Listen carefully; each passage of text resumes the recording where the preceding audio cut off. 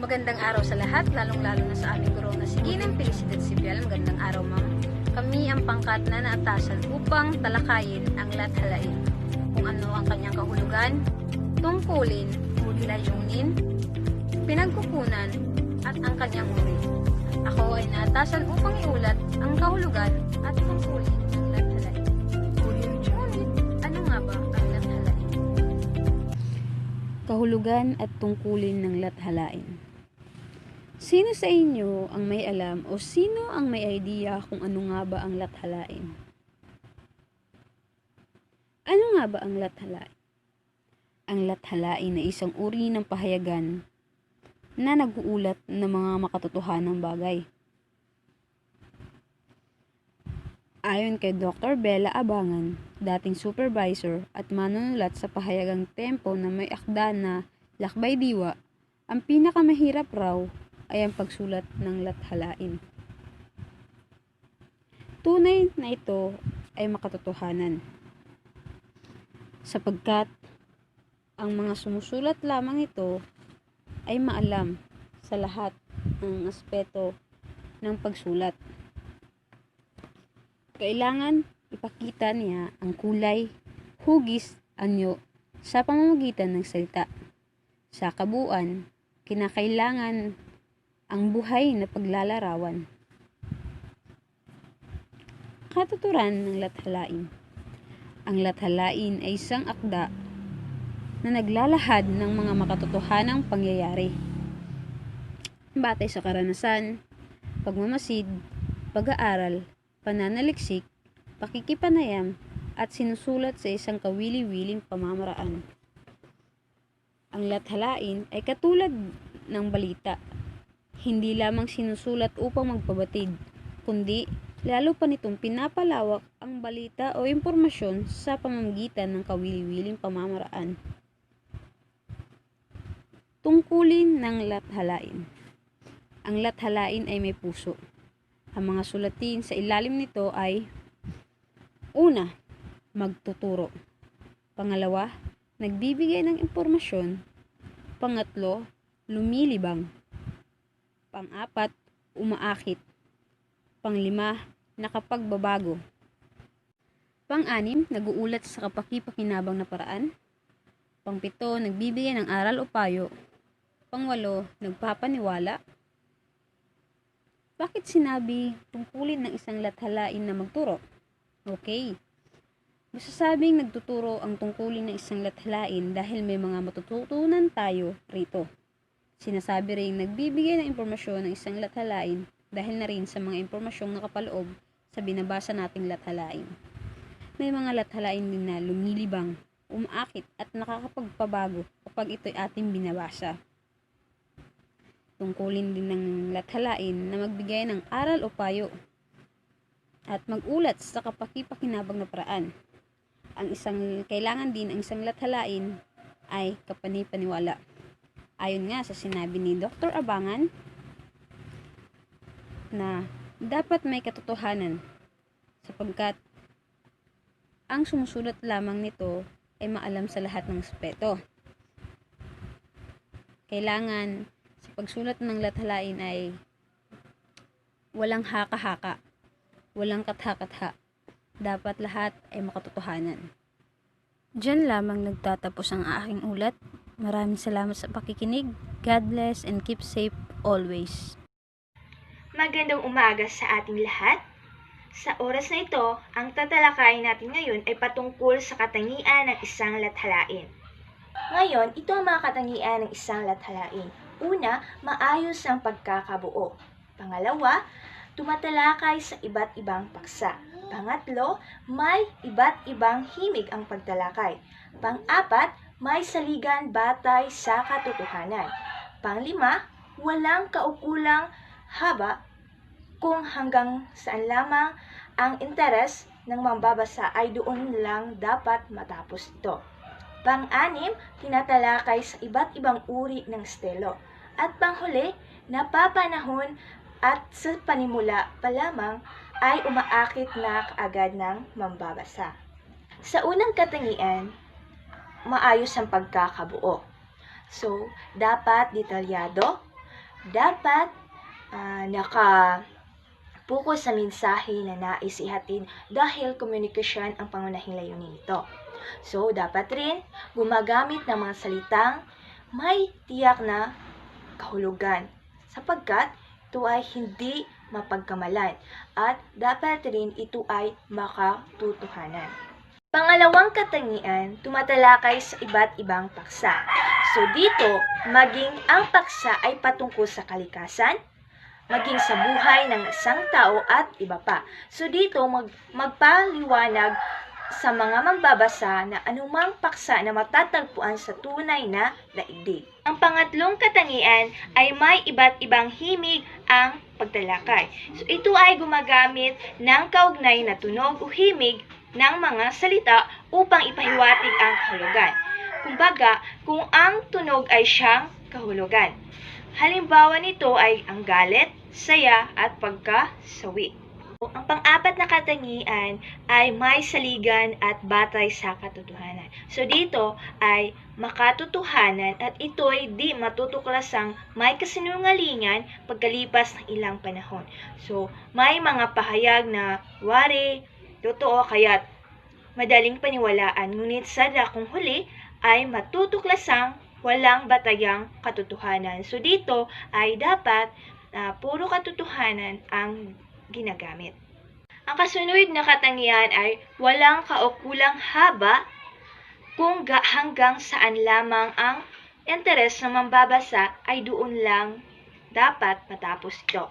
So, dito, mahalaga makabuo kaagad ng isang malinaw na kakintalan sa isipan ng mambabasa o tagapakinig upang ito ang daan na mapukaw ang interes ng mambabasa at magbigay ng kabuuang detalye bago pa man ang mga maliliit na detalye. Ang kasunod ay tumatalakay sa iba't ibang uri ng estilo. So, lahat naman tayo ng mga manunulat ay may kanya-kanyang estilo sa pagsulat, di ba? So, nasa manunulat ang estilo kung paano niya ito gawing kaakit-akit para sa mga mambabasa. So, nasa kanya na ang paraan. Ang panghuling katangian ay napapanahon at sa panimula pa lamang ay umaakit na kaagad ng mambabasa. So, mainam na magsimula sa mga bagay na karaniwang nakikita sa araw-araw. Dapat sa simula pa lang ay matiyak na interesado ang mambabasa.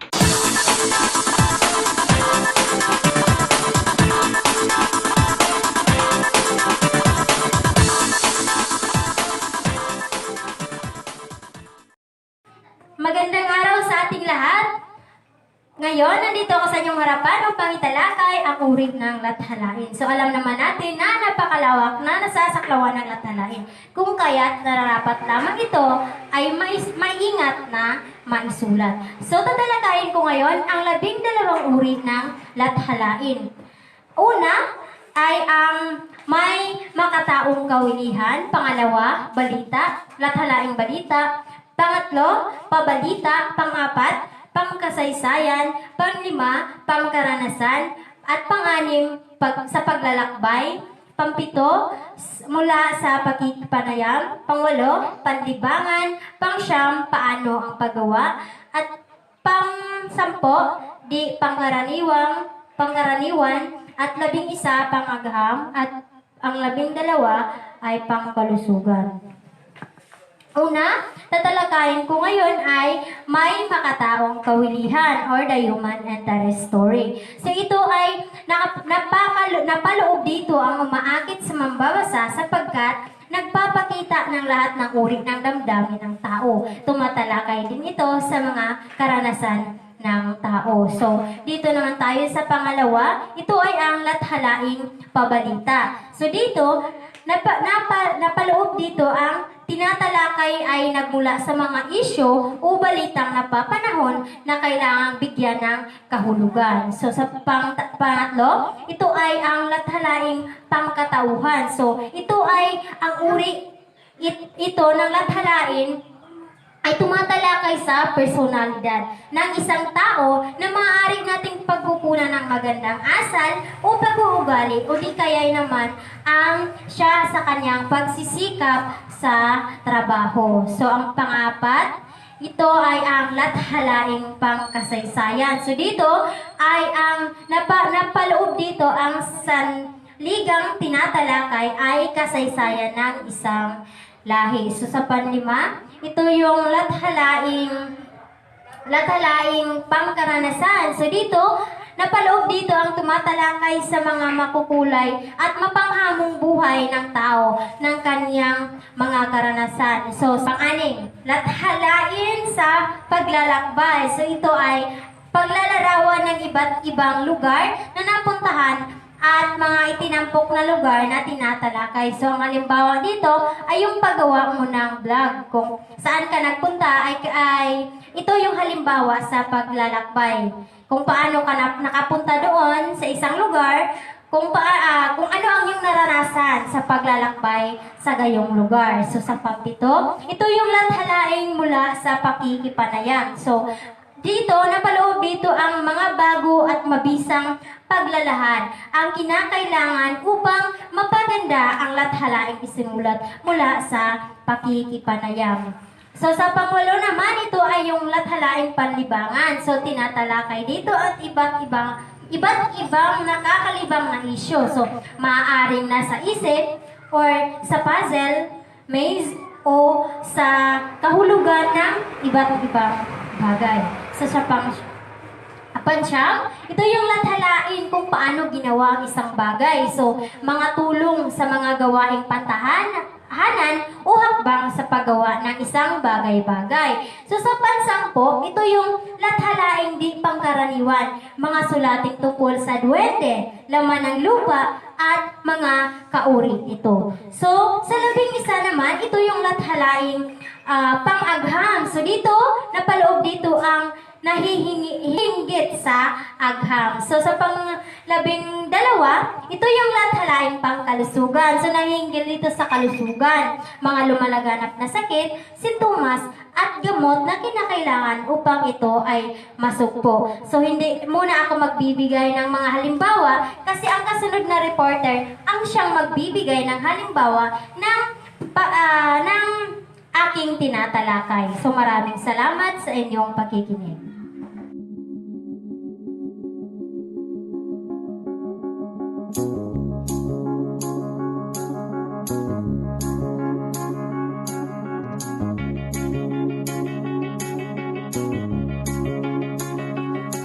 Find it real.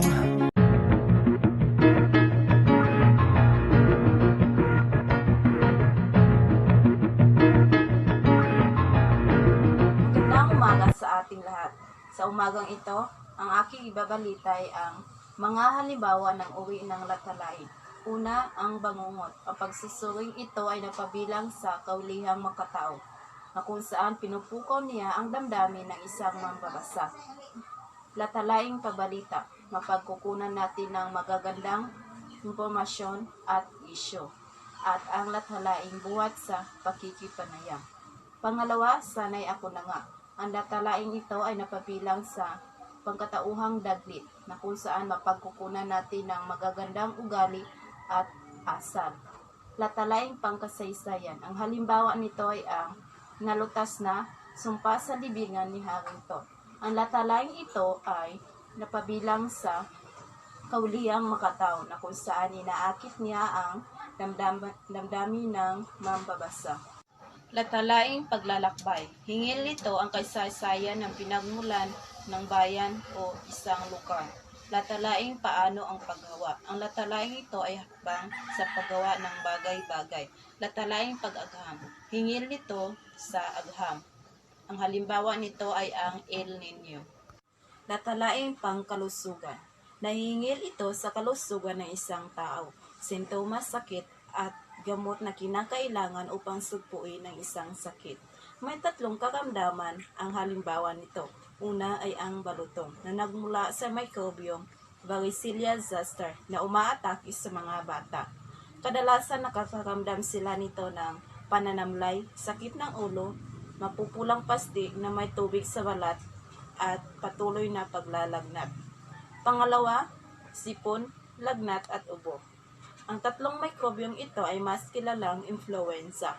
Ang pangunahing paraan lamang ito upang gamutin ay ang dami ng tubig at ang katas ng prutas. Pangatlo ay ang polio. Ang sakit na ito ay nervous system na dulot ng mikrobyo. Ang tanging paraan lamang nito upang sugpuin ay ang pagbabakuna ng isang bata bago ito mag-5 taong gulang. At yun naman po, ito ay si Janice T. Panilio, nag-uulat. Ngayon, tatalakayin naman natin ang bahagi ng lathalain. So, ang unang bahagi ng lathalain ay ang panimula o introduction. Pangalawa ay ang katawan at ang pangatlo ay konklusyon. So, una natin tatalakayin ang introduction o panimula. So, ang introduction ang pinakamahalagang bahagi ng lathalain. Ito ang nagsisilbing pamukaw sa atensyon ng inyong mambabasa.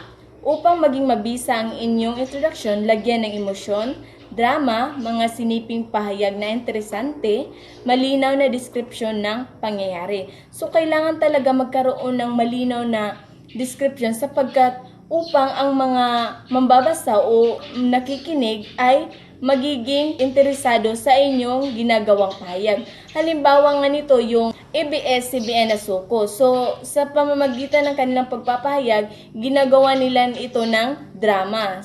Kagaya ng soko, ito ay ginagawa nila ng sadula upang malinaw ang kanilang naipapahayag na balita o ano ang mga pangyayari sa umpisa pa lang. So, sa pamamagitan noon, ang mga nanonood ay magkakaroon ng interesado kung ano talaga ang nangyari sapagkat malinaw itong napapahayag sa umpisa pa lang. Ngayon, para sa magandang introduction, bibigyan ko kayo ng tips para maganda ang inyong introduction. So, una ay tiyaking kapanipaniwala ang tauhang inyong inilagay sa istorya.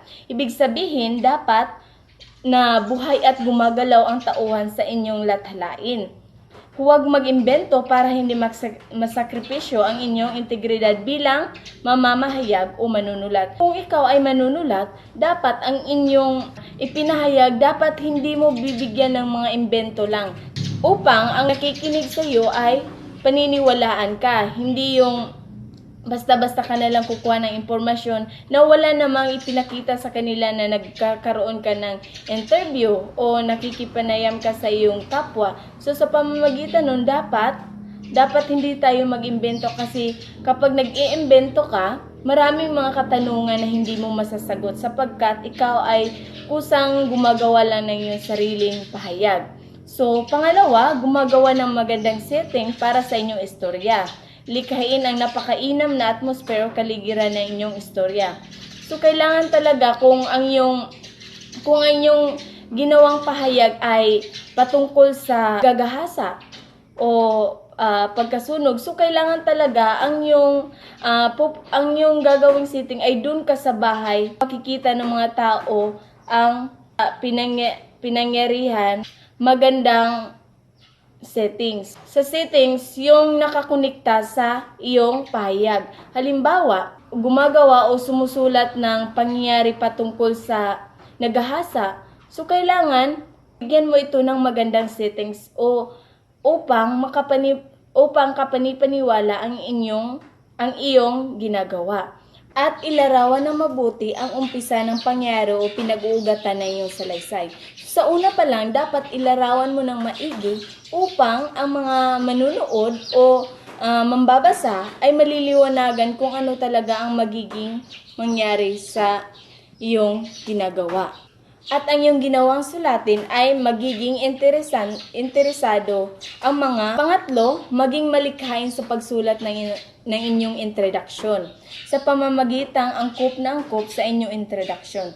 So, una pa lang sa introduction mo, dapat nakakonekta ito upang ang mambabasa ay hindi malilito kung ano talaga ang iyong ibig ipahiwatig sa kanila. So, sa pamamagitan gamit ng angkop na introduction, ito ay madaling maunawaan ng mambabasa kung ano ang iyong ibig ipahiwatig sa kanila o ano ang iyong sinulat na paksa upang madali nila itong maintindihan at makakuha sila agad ng impormasyon patungkol sa iyong ginawang lathalain. Dadako naman tayo sa katawan ng lathalain. Sa katawan, tinatalakay ang buong saysay ng kwentong inyong isinusulat. Dapat manatili itong tapat sa introduction. Ibig sabihin nito, dapat masagot nito ang mga tanong o matalakay ng husto ang paksang inyong isinusulat. So, dapat nakakonekta pa rin yung mga sinalaysay mo doon sa introduction. Dito sa katawan, sinasagot na yung mga katanungan kung ano ang sa umpisa ng introduction. Yung mga salaysay, so ginagawa na ito ng mga sagot upang maging malinaw ito at nakakonekta pa rin sa introduction. Upang maging mabisa ang pagsulat na inyong pinakakatawan ng inyong lathalain, dapat tandaan ang sumusunod na mga bagay. Ang una, gumamit ng makukulay subalit hindi naman napakatatayog ng mga salita.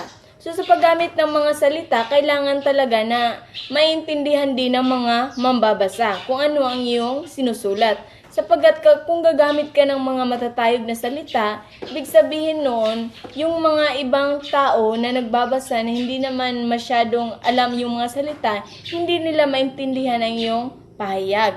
Sapagkat kunti lang kanilang kaalaman. So, kailangan gagamit talaga ng mga salitang maganda pero alam ng lahat. Pangalawa ay manatiling nakapokus sa paksa. Kung ikaw ay susulat ng lathalain, dapat focus ka lang sa iyong ginagawang paksa. Hindi yung basta-basta ka na lang magsasabi ng iba na namang paksa. So, kailangan focus ka lang at ang iyong kailangang i-focus yung mga pangyayari na patungkol sa iyong sinusulat. Hindi yung basta-basta ka na lang magsasalita dyan tapos hindi na ito nakakonekta sa iyong paksa. Pangatlo, siguraduhin ang coherence o wastong pagkakabit-kabit ng mga ideya. So, kailangan yung mga ideya dapat sunod-sunod ito o kaya nakakonekta sapagkat maaaring hindi maintindihan ng mambabasa kung ang inyong ideya ay hindi angkop sa mga sumusunod. So, kailangan ipagkakabit-kabit talaga ang mga ideya upang madaling maunawaan ng mambabasa ang iyong pinapahayag na paksa. Pang-apat, tiyaking hindi naman siksik ang impormasyon para hindi magsawa ang mga mambabasa sa mambabasa.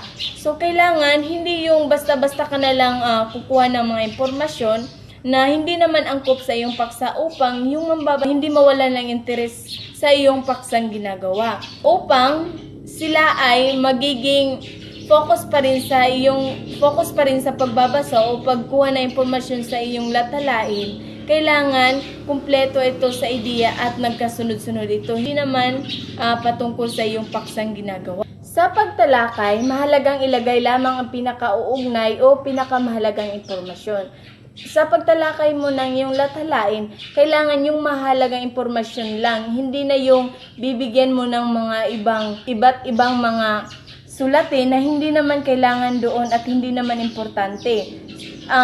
Ang kailangan kunin lang ay yung mahalagang impormasyon upang ang iyong mambabasa ay madaling makaintindi nito. Ngayon, ang atin namang tatalakayin ay patungkol sa konklusyon, na kung saan lilalagom ang buong istorya at dapat itong mabigyan ng napakalakas na impresyon para hindi malimutan ng mambabasa ang isinusulat mo. Dito sa konklusyon, dapat dito mo na bibigyan ng mga magagandang sulatin upang hindi malimutan ng iyong mambabasa ang iyong sinusulat. Kailangan dito nabigyan ng mga solusyon. Kailangan dito bibigyan ng maraming magagandang ideya upang ang mambabasa ay hindi nila ito makalimutan sapagkat ito ay nagiging sa pamamagitan ng kanilang pagbasa, marami silang nakukuhang impormasyon na nanggaling sa iyong sinusulat o paksa. Dito sa konklusyon, kailangan bibigyan ng buod yung istorya upang maging malinaw sa kanila at bigyan sila ng maraming kaalaman patungkol sa paksang iyong sinusulat. At pwede pa nila itong mabahagi sa kanilang kasamahan. So ngayon, dadako naman tayo sa tips para sa mabisang pagsusulat ng lathalain. Una, mag-focus sa human interest. Mahalaga ang papel ng emosyon sa inyong isinusulat. So, kailangan sa pagbuo ng latalain, dapat ay interesado sa lahat.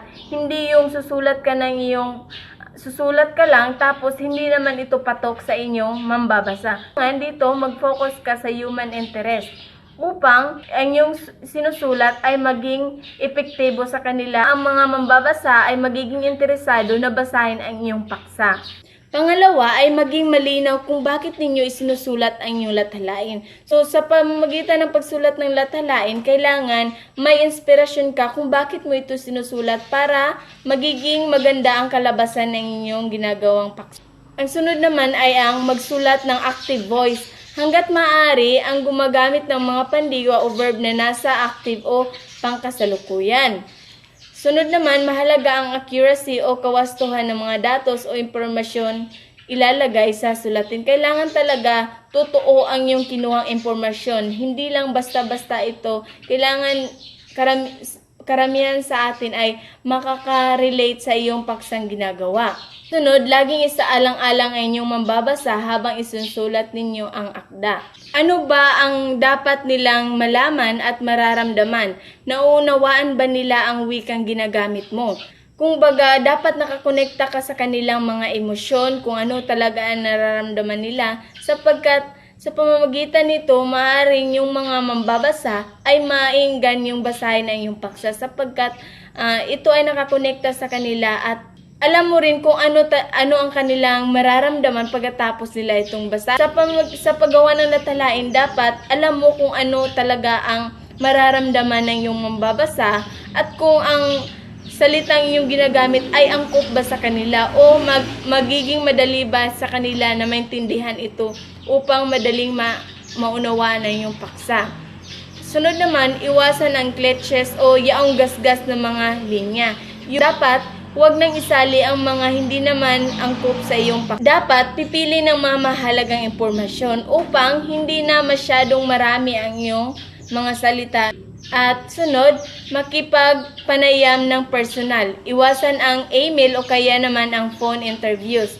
Sa harapang pag-uusap kasi, mas nadidetalye mong damdamin at kulay ng iyong paksa. Sunod naman ito, gumamit ng mga quotation at anecdotes. Iwasang mag-opinion sa inyong istorya. Taliwas sa sinasabi ng iba. Opinionated ang latalain. Hindi ganoon sa lahat ng pagkakataon, dapat na magsalita mismo ang datos o taong pinapaksa ng inyong sulatin. Sunod naman, gumamit ng multi-source sa inyong isusulat. Subalit, takdaan ang sarili. Ilagay lamang ang dapat ilagay. Dito, ang tamang impormasyon at angkop lamang sa iyong paksa. Laging tiyaking tama ang inyong bantas, baybay at kontraksyon ng inyong mga pangusap. Sunod, manatili sa iyong tense o panhuman ng inyong istorya. So, kailangan focus ka lang at hindi pupunta sa ibang paksa. Ang panghuli ay iwasan ang mahaba at makapal na panghusap. Kung ikaw ay susulat, kailangan diretsado, hindi yung pasikot-sikot ka pa, pareho lang namang punto ang iyong ibig ipahiwatig. Kailangan direct to the point, madaling maintindihan ito, hindi yung paligoy-ligoy. At yun lang po. Maraming salamat. Magandang umaga sa ating lahat, lalong-lalo na sa ating kagalang-galang na guro, Mrs. Pisidad Sibian, ma'am. Sa umagang ito, aking tatalakayin ang patnubay sa pagsulat. 7 patnubay sa pagsulat na kung saan karugtong kay Anacel Patrulya. So, pang-siyam na patnubay sa pagsulat, lumapit sa inilarawan. So, dapat sa iyong gawing pagsulat, so lalapit ka sa iyong inilarawan. Hindi ka lilingon. So, dapat kinakailangan direct to the point. So, kinakailangan hindi ka lilingon sa iyong topiko or nais mong mabatid, nais mong makamit sa iyong pagsulat. So, dapat kapag gagawa ka ng iyong pagsulat, so ang iyong pamagat ay malapit lamang sa iyong nilarawan. Kung kaya upang hindi malito ang iyong mga tagapagbasa. Pang-sampo. So magbigay ng mga halimbawa. So dapat kinakailangan sa pagsulat may halimbawa talaga tig-isa upang lubos na maunawaan ng mga iyong tagabasa ang ibig mong sabihin. So dapat kinakailangan ang halimbawa upang mabigyan sila ng linaw na kung saan ano ba talaga ang ibig sabihin o dapat ipahiwatig na iyong gawing pagsulat. Pang-11.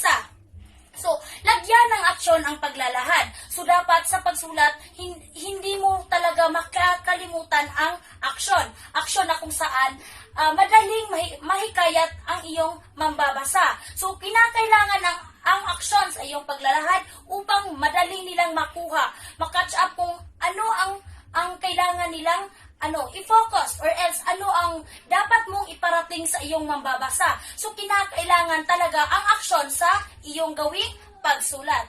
Pang-12, lakipan ang sanaysay. So, dapat sa iyong gawing sanaysay, hindi naman gaano kaikli na kung saan maikli na kulang ang informasyon na iyong ibibigay. So, kinakailangan sa iyong gawing pagsulat, lakipan ang sanaysay, hindi gaano kalawak, sakto-sakto lang at punong-puno ng knowledge or else punong-puno ng kaalaman batay sa iyong ginawang pagsulat or else sa pamagat na iyong ginawa. So, kinakailangan yan sa iyong sanaysay upang lubos na maintindihan ng iyong mambabasa ang iyong sinulat. Pang-13, ingatang maging himig editorial. So, alam naman natin ang himig editorial. So, kinakailangan sa iyong gawing pagsulat makatotohanan or else hindi ka ang iyong gagawin is haka-haka or else pagsabihin natin himig editorial. So, ingatang maging himig editorial na kung saan dapat sa iyong may pruweba or else may pinagkukunan ka sa iyong ginawang pagsulat. So, kinakailangan ang truth or else masasabihin natin katotohanan talaga. So, katotohanan na kung saan pamagat pa lamang magkakaroon na ng interes ang iyong mambabasa upang ipagpatuloy ito hanggang sa katapusan. Next, pang-14. So, gumamit ng konkretong paglalarawan. So, sa iyong gagawing pagsulat, sinasabing konkretong paglalarawan. So,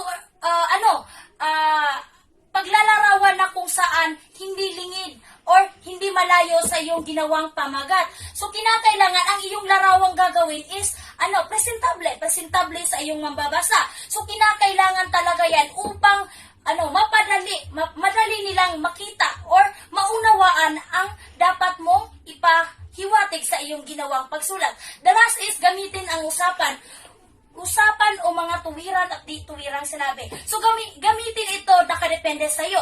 So, pwedeng gamitin ang tuwirang usapan at di tuwirang usapan. Nakadepende yan kung anong teknik ang iyong ginawa. So, dapat sa pagsulat, kinakailangan rin ng teknik na kung saan teknik na kung paano mo mahikayat ang iyong mambabasa. Paano mo sila kunin ang kanilang intensyon na kung saan balik-balikan nila ang iyong pagsulat na gagawin. So, teknik na kung saan para sa iyo, para maparami ang mambabasa na iyong gawing pagsulat. Yun lang ang aking kabuuan ng aking pag-uulat. Maraming salamat. Magandang umaga sa ating lahat.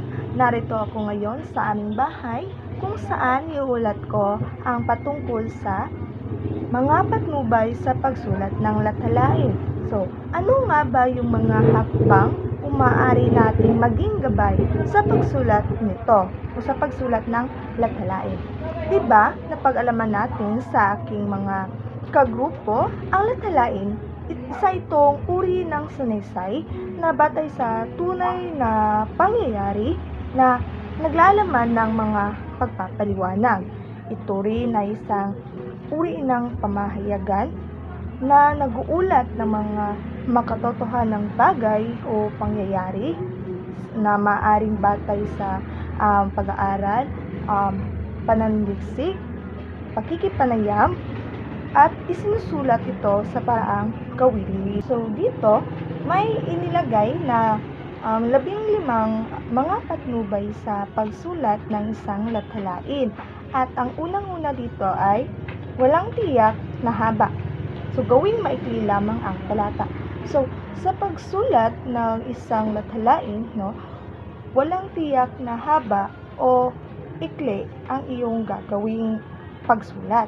nakadepende yan sa impormasyon na iyong ilalagay. So, kung marami kang impormasyon na nakalap, so pwedeng mahaba ang iyong gagawing lathalain. Pero kung konti lang naman yung impormasyon mo, di maikli lamang. Pero sinabi dito na mas mainam yung maikli, pero kompleto sa impormasyon. Isa sa katangian na tanging lathalain ay walang tiyak na haba o ikli. So, gaya na nga nung sinabi ko kanina na kung saan nakadepende lamang ito sa nilalaman na gusto mong itala sa iyong lathalain. Ang ikalawa namang patnubay sa pagsulat nito ay maaring sulatin sa kahit na anong panauhan. Siyempre, kapag nagsusulat ka ng isang sulatin, so maaari kang gumamit ng unang panauhan, kagaya ng ako. Maaari ka rin gumamit ng ikalawang panauhan, kagaya ng ikaw. At ang pangatlong panauhan, kagaya ng sila. So, dito sa paggamit ng kahit anong panauhan, mas nagiging malinaw yung paglalarawan mo sa isang naturang sitwasyon o yung pangyayari. Ang pangatlong patnubay naman sa pagsulat ay yung tinatawag na may sari-saring estilo. So, lahat naman siguro ng pagsulat ay mayroong kanya-kanyang estilo, di ba? So, dito rin sa paggawa o sa pagsulat ng lathalain, maaari kang gumamit ng pampanitikang estilo. So, kapag sasabihin natin pampanitikang estilo, ito yung paggamit ng mga salita o mga panretorikang salita na kadalasang matatagpuan natin sa mga panitikan, gaya ng mga idioma, mga tayutay, na kung saan dito nakatutulong ang paggamit ng ganitong estilo upang mas maakit mo pa ang iyong mga mambabasa. Mas nakikilala din kung anong uri ng manunulat ka, kung paano mo binibigyang buhay ang iyong isinusulat. Dito rin, ang estilo rin ay tumutukoy sa kung paano paraan isinasaayos ng manunulat ang kanyang gawa o ang kanyang impormasyon. So, dito rin sa paggamit ng estilo, no, mas nabibigyang buhay kapag ang isang manunulat ay mahusay sa kanyang estilo sa paglalatag ng impormasyon. So, mas madaling maintindihan ang isang lathalain. Nangangahulugan din ito na buong-buo mong maihahatid sa iyong mambabasa ang buong karanasan mo bilang manunulat. So, syempre, kapag epektibo mong na ilahad o nailarawan sa iyong isinulat na lathalain ang iyong karanasan, so syempre, ang iyong mga mambabasa rin ay syempre, mararamdaman din nila kung ano yung naging karanasan mo sa pamamagitan lamang ng iyong paglalarawan. Syempre, gamit ng mga panretorikang salita, so mas nailalarawan mo ito ng lubos. Pang-apat. Dito, ang pang-apat ay lagyan ng pantaong anggulo. Ang panglimang patnubay naman ay gawing makatawag pansin ang panimula. Sa panimula talaga nila unang binabasa. So kapag interesado sila sa panimula pa lamang, so syempre ipagpapatuloy na nila ang pagbabasa. So mahalaga talaga na sa panimula pa lang ay nakakatawag na ng pansin. Nang sa gayon ay ipagpapatuloy ng iyong mambabasa ang pagbabasa. Dumako naman tayo sa pang-anim na patnubay sa pagsulat. So, narito ang maging mapagmasid. So, sa pagsulat mo ng isang lathalain, dapat ikaw bilang manunulat, dapat ka maging mapagmasid. So, dapat ang iyong mata ay parang isang kamera. Dapat alam mo yung bawat detalye. Nang sa ganun, ay magkaroon ka ng mas marami pang kaalaman sa pagsisimula mo ng naturang pagsulat. So, syempre, dahil mayroon ka ng maraming detalye, so makakapagsimula ka na ng iyong lathalain o yung gusto mong isulat. So, aalimin mo kung ano yung maaring issue sa lipunan na lumalaganap. So, yan, maaring yan ang gawan mo ng isang pag-uulat. Dito naman tayo, magbigay ng mga detalye at konkretong paglalarawan. So, sabi ko nga kanina, dapat konkreto yung klaro yung paglalarawan mo sa isang naturang pangyayari. Nang sa ganon ay maintindihan ng iyong mga mambabasa at hindi sila malito kung ano nga ba yung ibig mong ipahiwatig o ibig mong sabihin sa iyong inilalarawan. Dapat din kumpleto ang iyong detalye. Nang sa ganon ay alam ng iyong mga mambabasa at hindi sila malito o makulangan sa impormasyon na iyong inilalagay sa iyong isinulat. Dito naman tayo sa pangwalo. Lagyan ng kulay ang paglalarawan. Siyempre pa, kinakailangan talaga na kapag ikaw ay naglalarawan, dapat lagyan mo ng kaunting kulay. So, siyempre pa dahil may mga mambabasa rin na mas gusto nila yung naaaliw sila. Kaya dapat gagamitan mo ito ng mga salita na mas magpapatingkad pa sa iyong gagawing lathalain o sa gagawin mong sulatin. So, dito lang ako, ang ipapaliwanag ko lang sa inyo ay yung unang 8 patnubay sa pagsulat. At ito ay ipagpapatuloy ni Eden Marson. So, maraming salamat. Magandang araw sa ating lahat. Ang aking naasahin sa pag-uulat ay ang pagwawasto sa orihinal na balita at panukatan sa pagwawasto. Itong dalawang ito ay mahalaga talaga sa ating bilang tagapagbalita.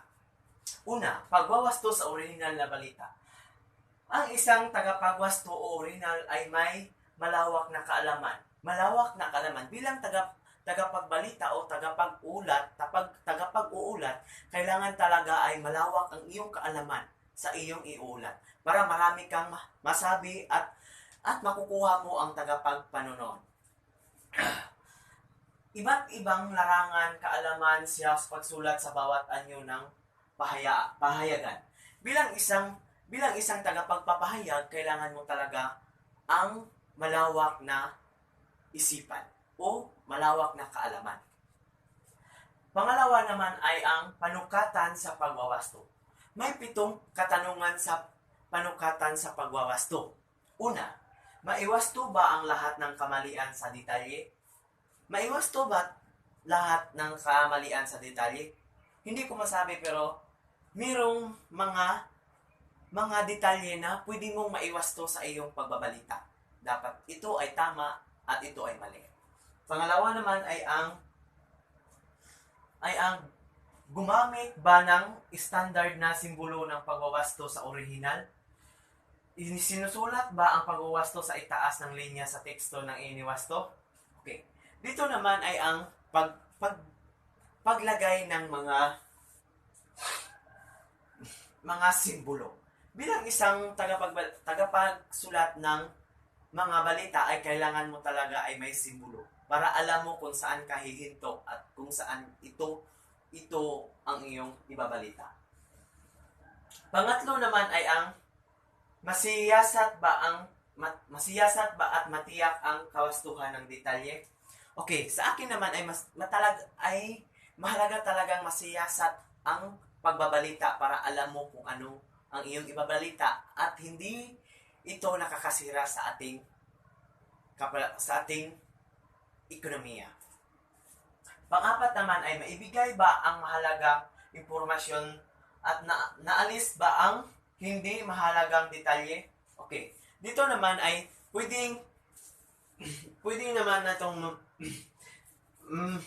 pwede bang maibigay ang impormasyon o mahalaga dito sa atin ay ang maibigay ang mga impormasyon o katotohanang impormasyon sa mga tagapagpakinig. Okay. Panglima naman ay ang mapaunlad ba ang kahayarian ng artikulo? Okay, bilang isang mag-aaral, depende yan sa tagapagbalita. Maiunlad ba niya ang kanyang sarili sa kanyang pagbabalita o tagapagsusulat ng balita? Pang-anim naman ay ang Ang mga talata ay maikli at tiyak. Okay. Dapat sa pagsulat ng balita ay kailangan tiyak at maikli at tama, impunto ang iyong pagbabalita. Pito naman ay ang nakapag-ugnay ba ang mga talata? Okay. Mahalaga talaga makapag-ugnay ang talata sa iyong ibabalita. Dapat nakatuon lamang ito sa iyong ibabalita at nakatalata at nagkasunod-sunod. Okay, salamat. Ako po pala si John Michael Imangaw at tagapag-ulat ng pagwawasto sa orihinal na balita at panukatan sa pagwawasto. Okay, salamat. Magandang buhay! Ngayon ay dadako naman tayo sa katangian ng sumusulat ng tanging lathalain. Unang katangian, may kakayahang sumulat batay sa mga isyong pangkapaligiran. So, kung isyong pangkapaligiran ang pag-uusapan, hindi problema yan. Dahil sa ating paligid ay marami tayong magagawa o masusulat na mga paksa. So, pangalawang katangian. Sa bawat nakikita niya at naririnig, nagbabakasakali siyang makasulat ng lathalain. So, paano ka makakasulat ng lathalain sa bawat nakikita at naririnig? So, kailangan nating pangatlong katangian, mapangmasid. So, sa mapangmasid gamit ang mata. Bakit kailangan ng mata? Kailangan pong maging mausisa. Mga usisero, kaya po kailangan mapagmasid po tayo sa ating paligid. Wala po tayong may susulat kung hindi po tayo marunong magmasid sa ating paligid at kailangan gamitin natin ang mata sa pagmamasid. Pangalawang ginagamit sa pagmamasid ay ang tenga. Kung tayo ay naging obsesero gamit ang mata, tayo po ay maging tsismoso gamit ang ating mga tenga. At ginagawa nito ng paksa. So, ang apat na katangian ay may matalinong pagpasya. So, kung tayo ay naging asosero at tsismoso, dapat sa mabuting paraan na hindi makakasira ng ibang tao. Yan ang matalinong pagpasya. Panglimang katangian, may interes sa buhay. So, sa pagsulat ng tanging lathalain ay kailangan may interes sa buhay. Ano ba ang sariling interes? Ito ay isang katangian na interesado ka sa iyong ginagawa. Kapag isa ay interesado sa kanyang ginagawa at hiling niya ito, makakatulong ito sa pag-abot ng kanyang mithiin. Kapag ang isang bagay ay hilig ng isa na gawin, nagiging komportable siya at hindi nagiging pabigat ang mga pangarap niya sa kanya. So, ang pang-anim na katangian ay malawak ang kaalaman sa lingwahe. So, marami nagsasabi na hindi na daw mahalaga kung mali-mali ang grammar mo sa pagpahayag na yung gustong sabihin. Basta raw naintindihan ang gusto mong sabihin. Pero ang problema, kung mali-mali ang gamit mo ng wika ay hindi mo maihahayag ng maayos at ng eksakto ang gusto mong sabihin. At dahil dyan, naiiba tuloy ang pagkakaintindi sa nais mong ipahayag. So, ang panghuling katangian ay ang sapat na kaalaman sa paksang tinatalakay. So, napaka-importante nito dahil dapat siguraduhin natin na malawak ang ating kaalaman sa ating paksang tatalakayin. Hindi sapat ang may alam lang. 'Di ba? Dapat ay kabisado talaga natin ang ating paksa. Ika nga, you cannot give what you do not have. Kaya kung ano man ang bagay na alam mo, yun lamang ang makakaya mong ibahagi sa iyong mga tagabasa. Kung malawak ang kaalaman mo, syempre, marami ka ding maibabahagi sa kanila. Yun lamang po at maraming salamat sa pakikinig.